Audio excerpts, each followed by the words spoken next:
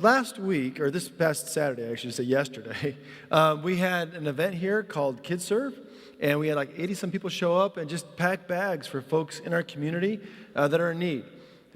Folks were displaced from their homes or a place to live, and this is the way we can reach out to them. And our kids did that, and we're excited that they had a chance to serve. That's kind of part of our DNA here at Chaparral, is to serve and to find ways that we all can serve together, no matter how old or young you happen to be, which includes Family Promise, which is this next week, and so be prepared for that.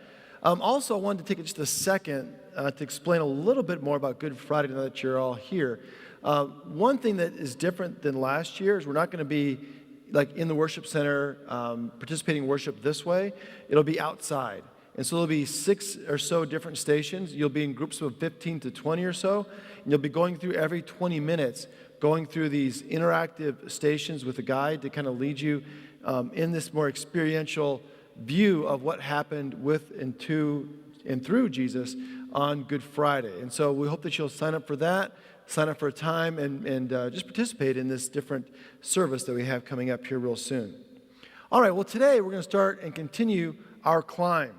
We've been climbing these mountains and these high places throughout the Bible where important things happened.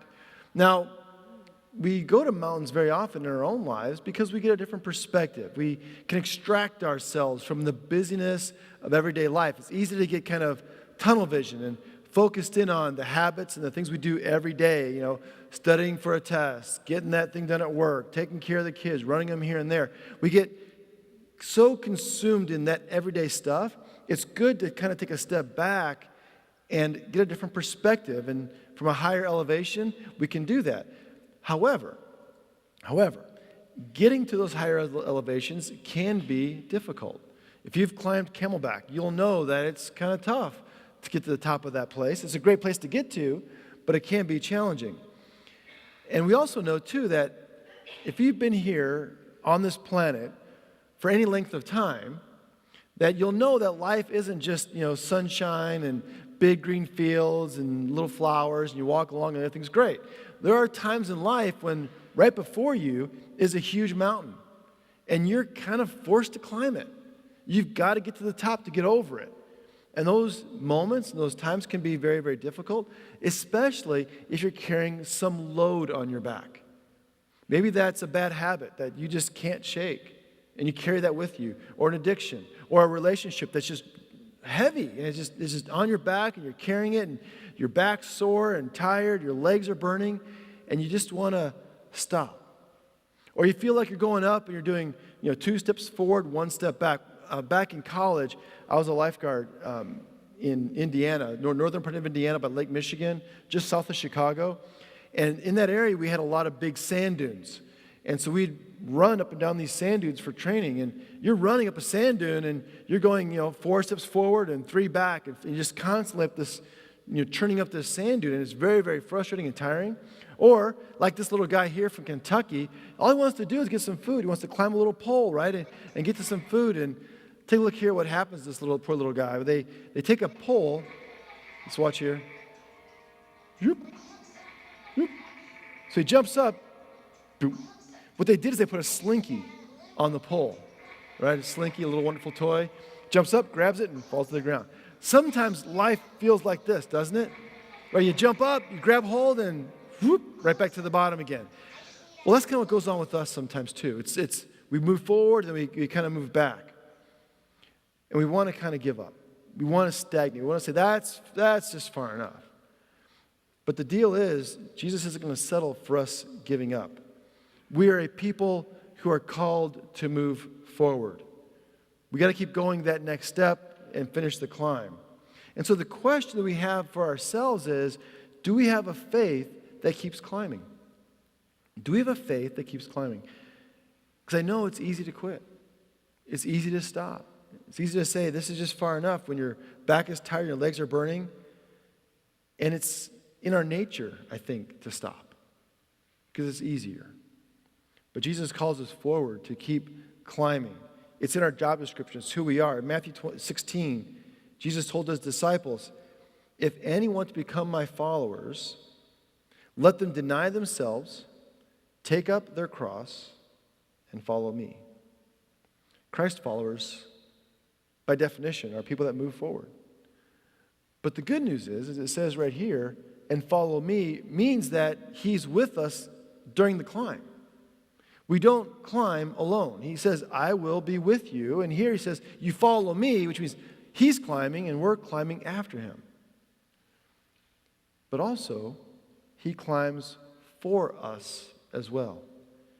He not only makes the climb with us, he climbs for us. We're going to talk about that today, that Jesus makes this excruciating, difficult, life-changing, history-changing climb, and he does that for us.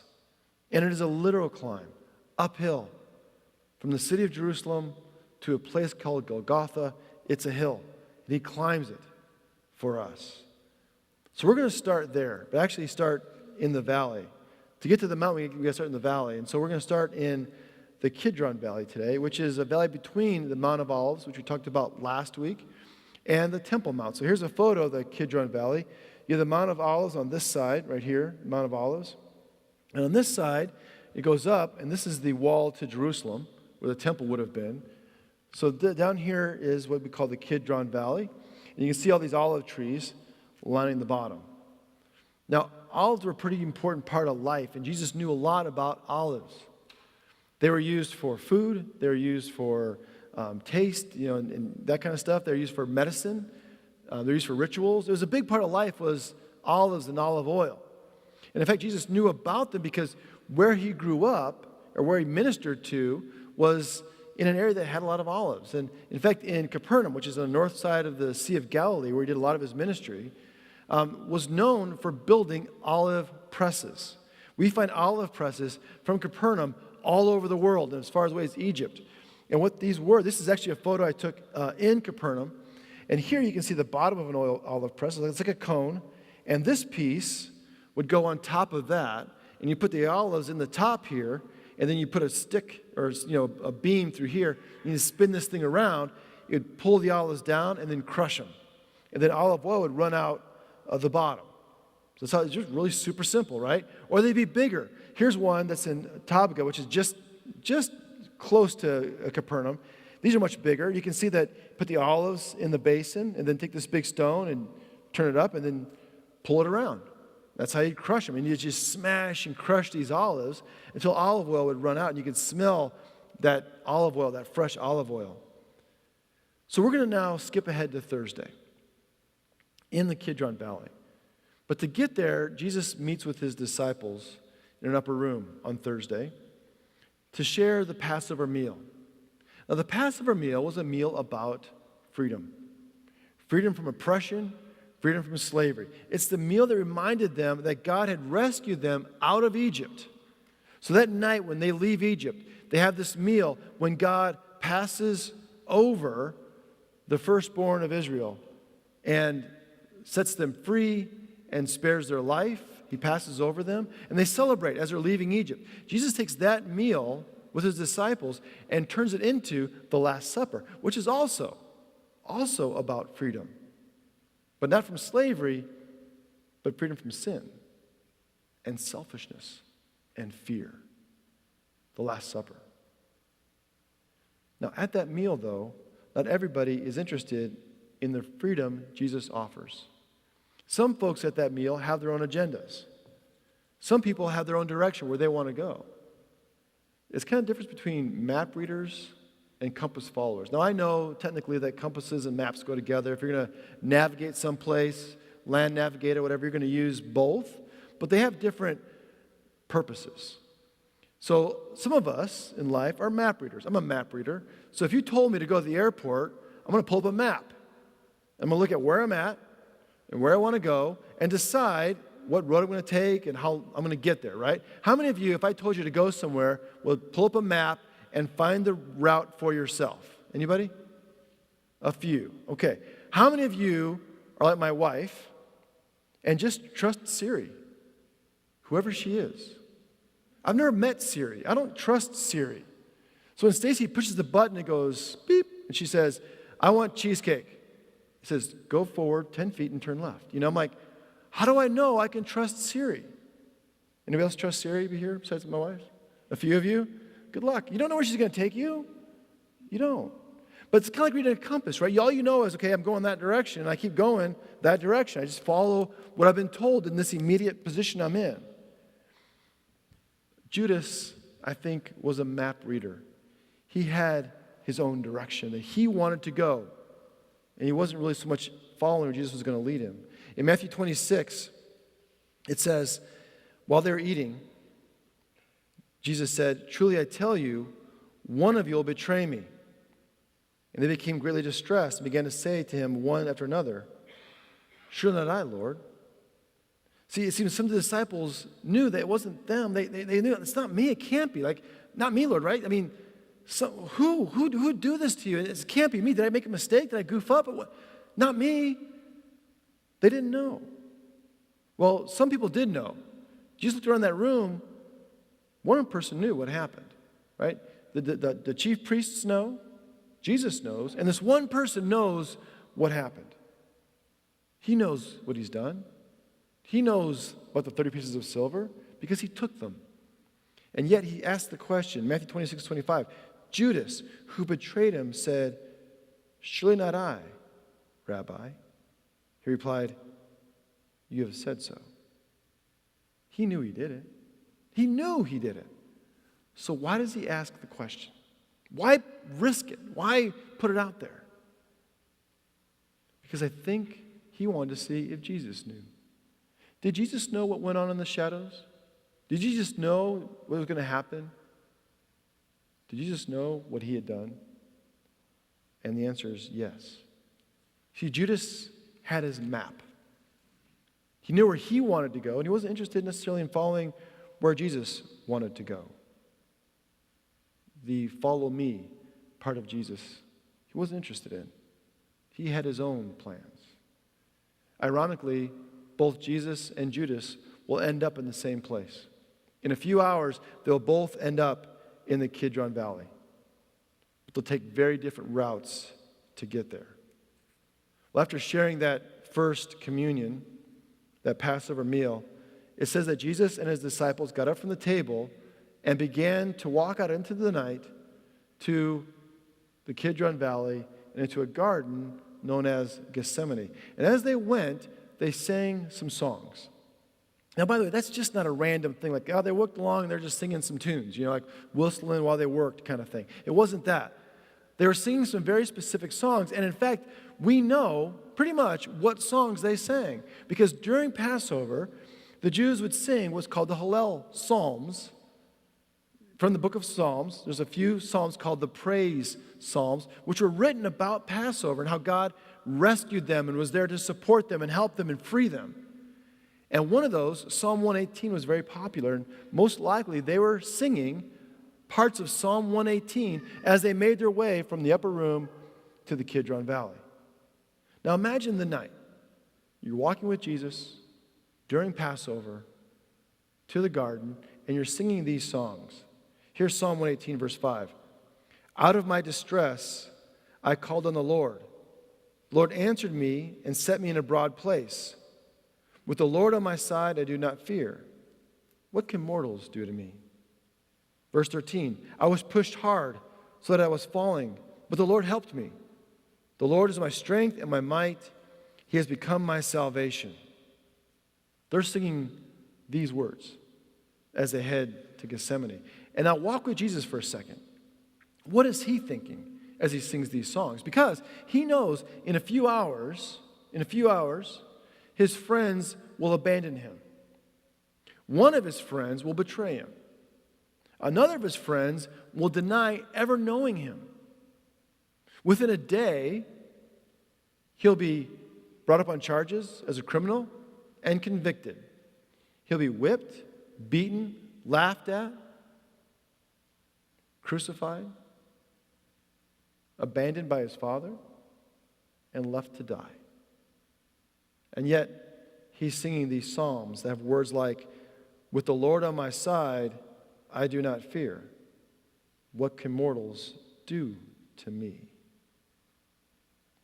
They sing and they arrive at an olive grove that's called Gethsemane, in the shadows of the Temple Mount.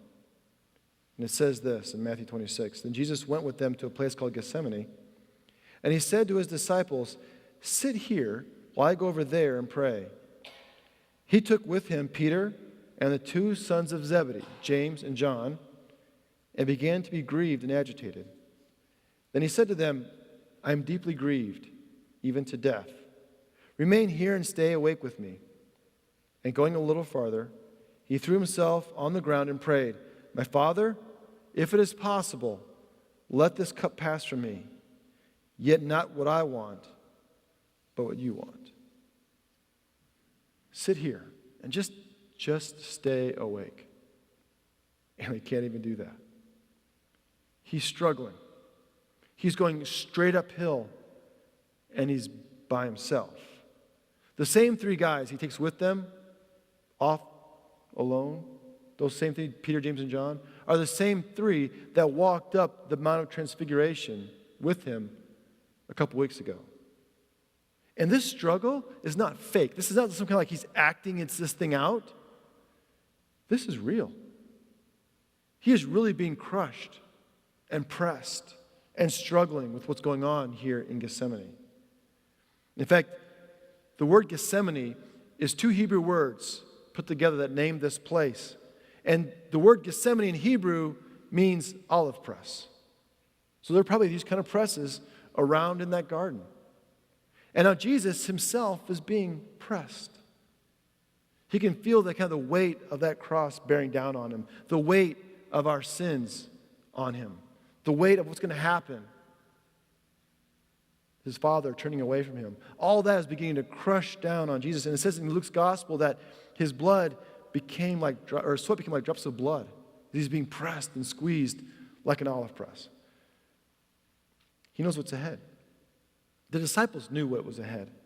Whenever you entered a Roman town in these days, there were crucifixions lining the streets. It was Rome's way of saying, if you mess up, if you step out of line in our town, this is what happens to you. There are warnings. As you walk into town, welcome to Jerusalem, and here's crucifixions going on as you make your way in, as if to say, don't you dare step out of line here.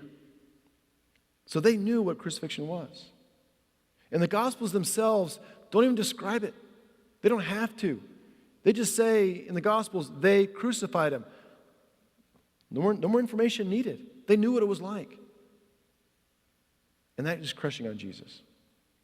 But I think even more than that, the sin of the entire world, yours and mine, is weighing on him too, sitting squarely on his shoulders.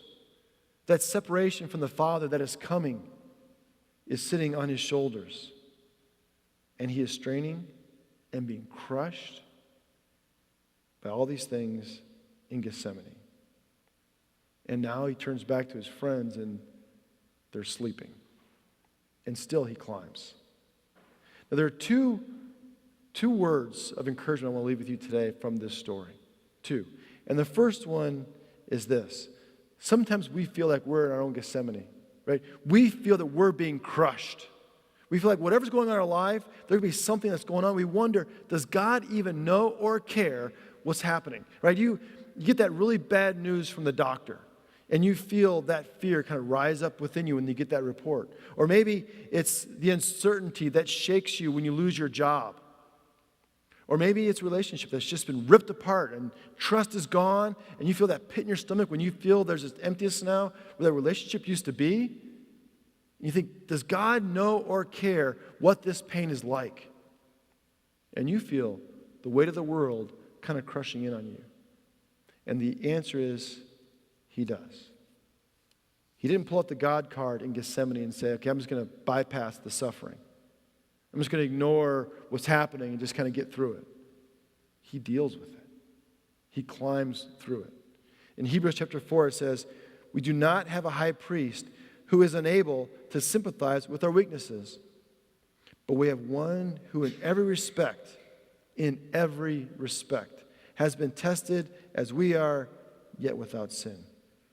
He experienced and knows what we're going through, and even more so. He did that. He made that climb for us. Hebrews 2, because he himself was tested by what he suffered, he is able to help those who are being tested. He can help us in our testing because he was there. He experienced it. He meets us in our weakest moments, in our toughest climbs, so that we can go to him. In Hebrews 4:16 it says, let us therefore approach the throne of grace with boldness, so that we may receive mercy and find grace to help when? In times of need. Again and again and again, it says you can go to Jesus because he understands what it's like. He's not unfamiliar with our weaknesses and our struggles and our difficulties and our climbs. And that's where the second part comes in too. You ever been on a climb, or maybe you're struggling with something in life and you're like, man, I'm just done. I am done. I want to sit down. I want to quit. I want to give up. I want to resign. I just want to be done. I just want to throw it all off and be done. Ever felt like that? Jesus did too. He wasn't like some Superman who's like, I'm just going to keep plowing ahead. He struggled with wanting to quit. He did. Matthew 23:36.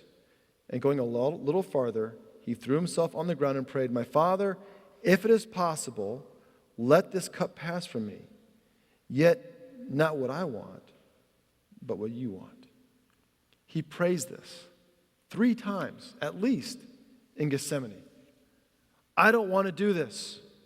I don't want to take another step. I want to stop right here. This is far enough. But not what I want, what you want. This is the compass, right? He's like, man, I don't know the next step. I don't know if I can go to the end of the map. But I got my compass and it says to go one more step, so I'll take a step. And sometimes that's all we have. That's all we can do. Jesus is honest and raw and hurting and in pain. And he tells us, in the Gospels, it tells us, he went through that and still he took another step. He goes on. So we can too. Because he's climbing alongside us. So I think those songs that they sang on the way to the Kidron Valley, those songs of praise, are reminders. They're not just cool tunes or great songs. They're reminders that God is with him. What can mortals do to me? Well, they can kill me and torture me and beat me, make fun of me, and make my life miserable.